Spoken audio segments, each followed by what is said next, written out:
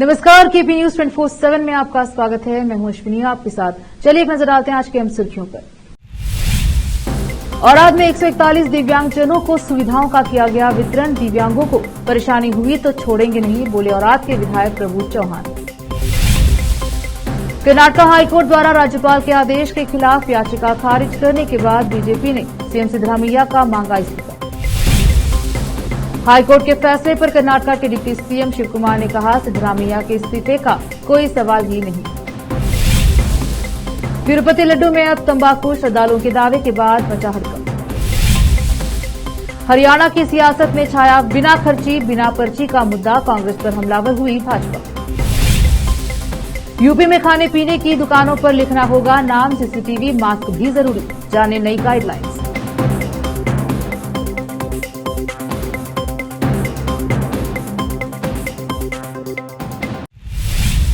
अब समाचार विस्तार से। औराद में 141 दिव्यांगजनों को सुविधाओं का वितरण किया गया। औराद के विधायक प्रभु बी चौहान के अलावा अन्य उपस्थित रहे। दिव्यांगों के हित के लिए सरकार द्वारा संचालित सभी योजनाओं का समुचित क्रियान्वयन किया जाए। पूर्व मंत्री औराद के विधायक प्रभु बी चौहान ने अधिकारियों को चेतावनी दी है कि अगर वे किसी भी कार्यालय में विकलांगों से पैसे की मांग करते हैं, उन्हें बिना वजह परेशान करते हैं, तो उन्हें ऐसा करने की इजाजत नहीं दी जाएगी।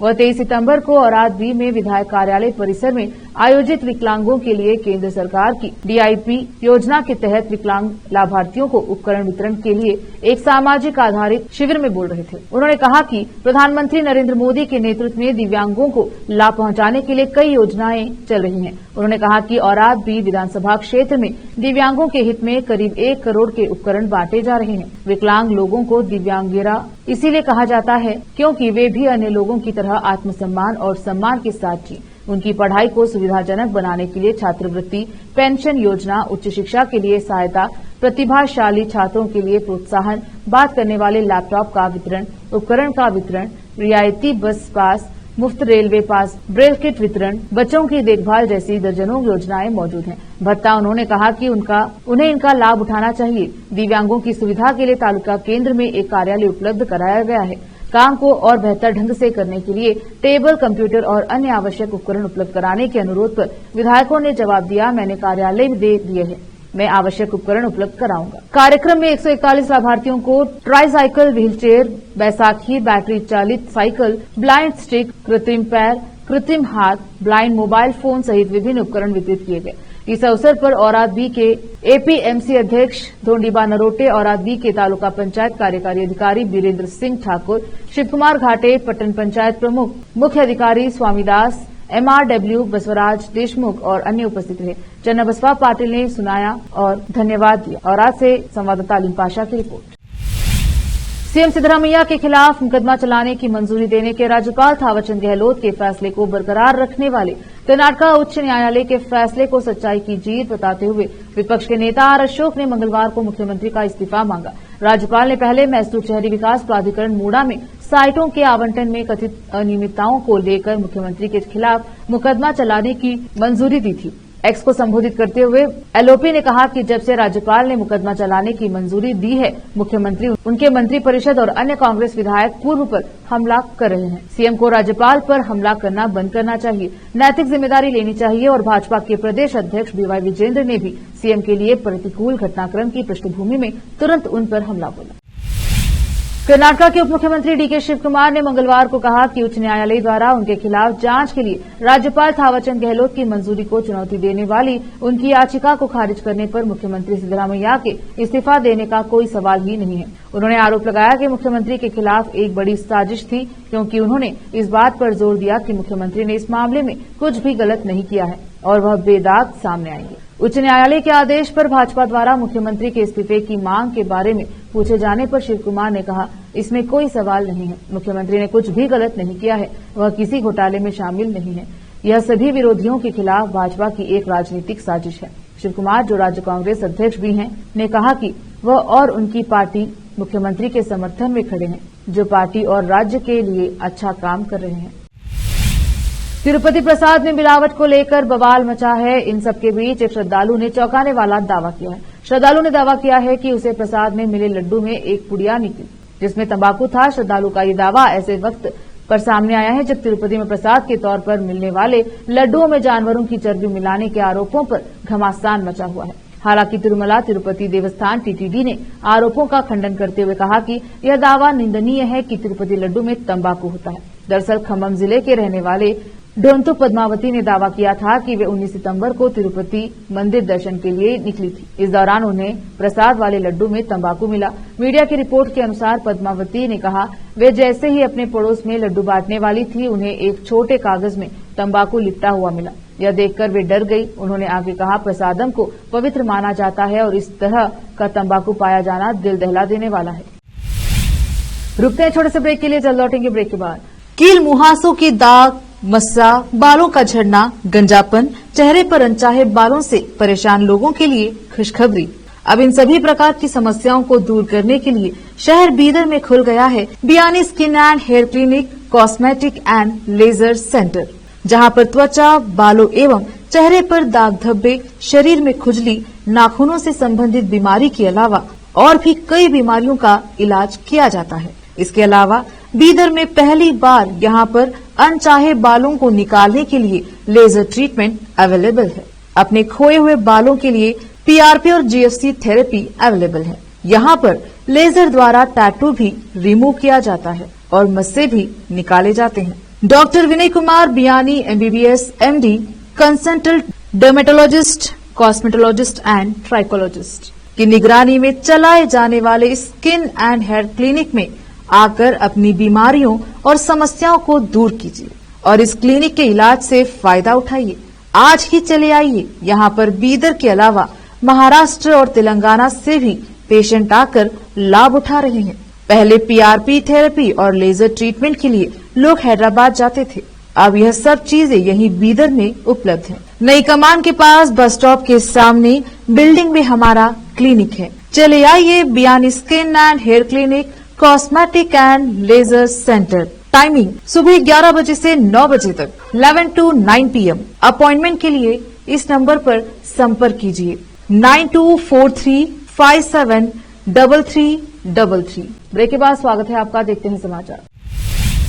दिल्ली की सीएम आतिशी मंगलवार की सुबह 11 बजे कनॉट पैलेस स्थित प्राचीन हनुमान मंदिर पहुंची। वहां पहुंचकर उन्होंने पूजा अर्चना की, साथ ही हनुमान जी से सभी के लिए आशीर्वाद मांगा। उन्होंने एक्स पोस्ट में लिखा कि एक ईश्वर हम सबको शक्ति और साहस दे ताकि हम दिल्ली के विकास और हमारे नेता अरविंद केजरीवाल के विजन को आगे बढ़ा सकें। उन्होंने कहा, आने वाले चुनाव में फिर से अरविंद केजरीवाल को मुख्यमंत्री बनाना है। हमारे नेता अरविंद केजरीवाल पर हमेशा हमला हुआ है। हनुमान जी हमारे संकट मोचक हैं, वो सब संकट दूर करेंगे। सीएम आतिशी ने कहा कि पिछले 2 साल से हमारे नेता अरविंद केजरीवाल पर हर तरह के हमले हुए हैं। हमारे दुश्मनों ने कोशिश की है कि उन्हें तोड़ दे, वे हमें दबाना और चुप कराना चाहते हैं। उनकी कोशिश दिल्ली वालों के काम रोकने की है, लेकिन बजरंगबली हनुमान ने हर संकट में आम आदमी पार्टी की रक्षा की।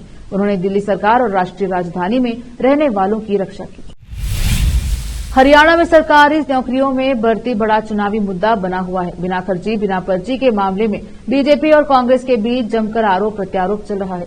सरकार बनने पर दोनों ही पार्टियों ने 2 लाख सरकारी नौकरियां देने का ऐलान भी किया है। वहीं भाजपा ने आरोप लगाया कि कांग्रेस के शासनकाल में रिश्वत देकर नौकरियां लगती हैं, लेकिन भाजपा की सरकार में बिना कुछ खर्च किए काबिलियत पर युवाओं को नौकरियां मिल रही हैं।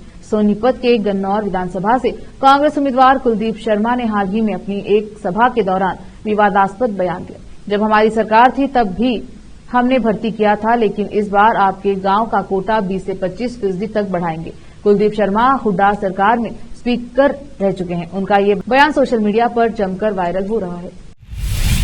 संगारेड्डी जिला जहीराबाद में स्थित मस्जिद मूसा में ईद मिलाद उन नबी के अवसर पर जलसा आमदे रसूल अल्लाह मनाया गया। इस जलसे की शुरुआत हाफिज मोहम्मद मोइनुद्दीन के किराते कलम पाक से हुई और हजरत अल्लामा हाफिज व कारी मुफ्ती शेख सगीर अहमद नक्शबंदी शेख उल हदीस जामिया निजामिया हैदराबाद ने संबोधित किया। इस जलसे में भारी संख्या में हुजूर अकरम के चाहने वाले उपस्थित रहे। जहीराबाद से मोहम्मद नेमतुल्लाह की रिपोर्ट। मेरे भाइयों, आप जहीराबाद के मुसलमानों, मैं आपसे पूछना चाहता हूं कि आपके जिस्म के अंदर सबसे नाजुक तर हिस्सा कौन सा है? नाजुक तर हिस्सा तो आप बोलेंगे आंख है।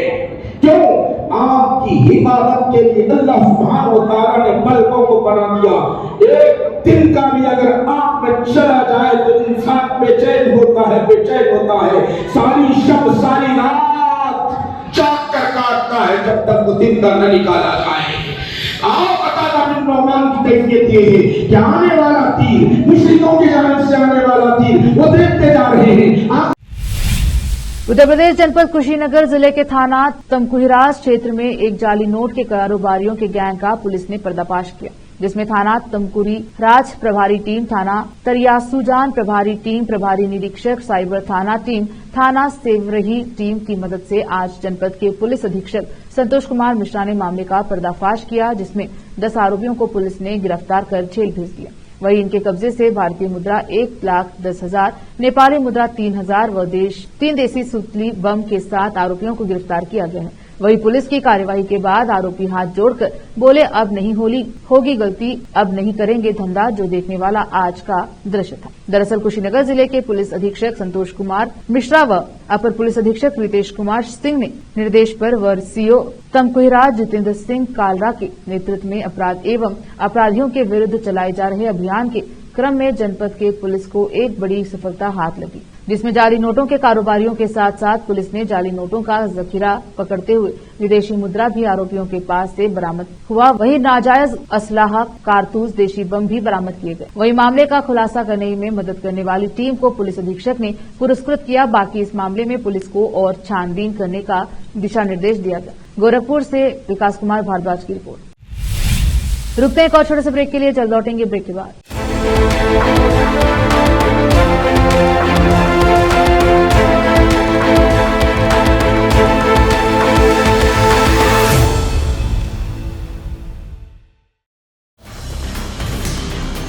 हिंदुस्तान के हर कोने में हम हैं मौजूद। 24 घंटे हालात पर गहरी नजर, खबरों से जुड़े चुपते सवालात और आपको दिखाता है धार्मिक, सामाजिक, राजनीतिक, लोकल और इंटरनेशनल न्यूज की सबसे बेहतर कवरेज, जो आपको रखती है हर पल बाखबर। देश और दुनिया भर की खबर के लिए देखते रहें केपी न्यूज 24/7। ब्रेक के बाद स्वागत है आपका, देखते हैं समाचार। यूपी में थूक और पेशाब मिलाने की घटनाओं को देखते हुए मुख्यमंत्री योगी आदित्यनाथ अधिकारियों को सख्त निर्देश दिए हैं कि होटल, ढाबों और खाने पीने की दुकानों की जांच की जाएगी। साथ ही खाने पीने की दुकानों पर संचालक, मैनेजर और कर्मचारियों को अपना नाम डिस्प्ले करना होगा। इसके अलावा सीसीटीवी कैमरा लगाना अनिवार्य किया गया है।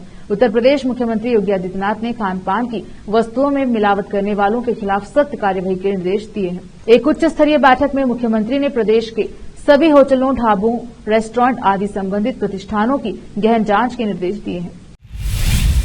असदुद्दीन ओवैसी की पार्टी एआईएमआईएम के नेताओं ने सोमवार को एक नारा दिया, मुंबई चलो, और इस नारे के बाद महाराष्ट्र के अलग अलग शहरों से काफिला मुंबई की तरफ चल पड़ा। नारे लगाते एआईएमआईएम के नेता मुंबई की ओर चल पड़े। कोई बाइक पर तो कोई कार की छत पर सवार होकर चल दिया।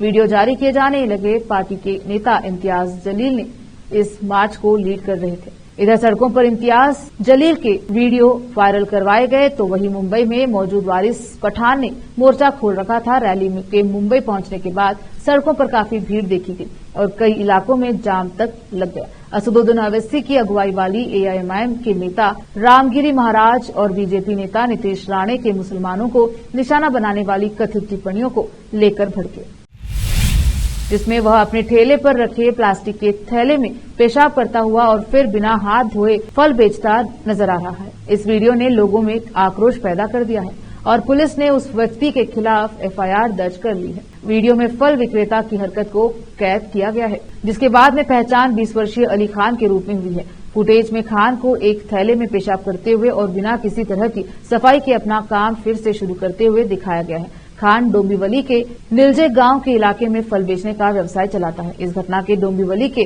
निवासियों में गुस्सा भर दिया, जिन्होंने खान के फलों के ठेले में तोड़फोड़ की। वीडियो सामने आने के कुछ ही देर बाद स्थानीय लोग खान के फलों के ठेले पर इकट्ठा हो गए और जहां उन्होंने उसके सामान को नष्ट कर दिया और गुस्से में उसके साथ मारपीट भी की। जैसे ही वह खबर फैली, राज ठाकरे के नेतृत्व वाली महाराष्ट्र नवनिर्माण सेना एमएनएस ने इलाके में अनधिकृत फेरी वालों के खिलाफ सख्त कार्यवाही की मांग की है। पुलिस ने खान को गिरफ्तार कर लिया है और घटना की जांच शुरू कर दी है। महाराष्ट्र के डोंबिवली में एक स्थानीय फल विक्रेता का एक वीडियो सोशल मीडिया पर वायरल हुआ। आखिर में फिर एक बार देखते हैं मुख्य समाचार। औराद में 141 दिव्यांगजनों को सुविधाओं का किया गया वितरण। दिव्यांगों को परेशानी हुई तो छोड़ेंगे नहीं, बोले औराद के विधायक प्रभु चौहान। कर्नाटक हाईकोर्ट द्वारा राज्यपाल के आदेश के खिलाफ याचिका खारिज करने के बाद बीजेपी ने सीएम सिद्धरामैया का मांगा इस्तीफा। हाईकोर्ट के फैसले पर कर्नाटक के डिप्टी सीएम शिव कुमार ने कहा, सिद्धरामैया के इस्तीफे का कोई सवाल ही नहीं। तिरुपति लड्डू में अब तंबाकू, श्रद्धालुओं के दावे के बाद मचा हड़कंप।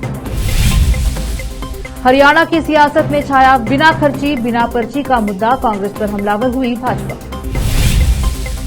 यूपी में खाने पीने की दुकानों पर लिखना होगा नाम, सीसीटीवी, मास्क भी जरूरी, जाने नई गाइडलाइंस।